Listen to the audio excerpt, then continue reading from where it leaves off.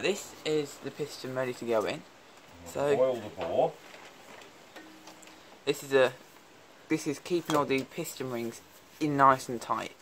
So as you might be able to see on there, there's some writing that says front. So that obviously means that this one's got to go into the front. So get this in. Got to make sure it's square, otherwise it will not go in. Oh, that went in nice and perfectly. I'll hold the clamp. Yeah, so we hold the clamp, use the wooden end of a hammer. So just knock it, you've got to give it a bit of oomph. And there it is going, and there we are.